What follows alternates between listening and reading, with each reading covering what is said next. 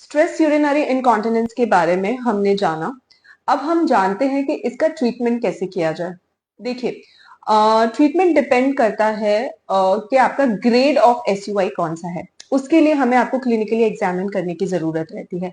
अगर आपको खांसने या छींकने पर ही थोड़ा सा यूरिन लीक होता है तो उसे हम यूजुअली ग्रेड 1 एसयूआई कहा जाता है, जिसका ट्रीटमेंट यूजुअली हम पेल्विक फ्लोर स्ट्रेंथनिंग एक्सरसाइजेस और कई बार लेजर्स थेरेपी के थ्रू भी मसल्स को टाइट करके एसयूआई में रिलीफ मिल जाता है।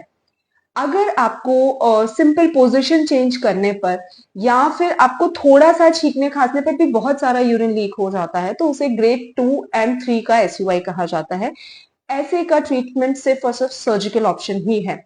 सर्जरी में हम यूजुअली जो पेशाब की थैली एंड पेशाब का रास्ते का जो एंगल बिगड़ गया है मसल्स के लूज हो जाने की वजह से, वहां पे हम एक मेश डालते हैं जो हम वजाइनल के थ्रू डालते हैं, जिसे हम ट्रांस ऑब्टुरेटर टेप यानी टीओटी प्रोसीजर कहते हैं।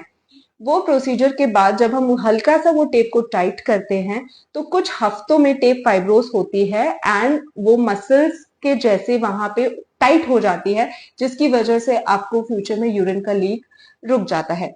यही प्रोसीजर अगर हम दूरबीन के द्वारा करते हैं तो हम वजाइना के आसपास के टिश्यू को आपके कूपर्स लिगामेंट के साथ टाका लेते हैं और इसकी वजह से भी आपका यूरिन लीक स्टॉप हो जाता है, जिसे बर्च कॉल्पो सस्पेंशन कहा जाता है।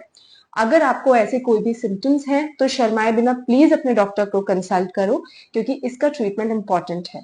Thank you so much.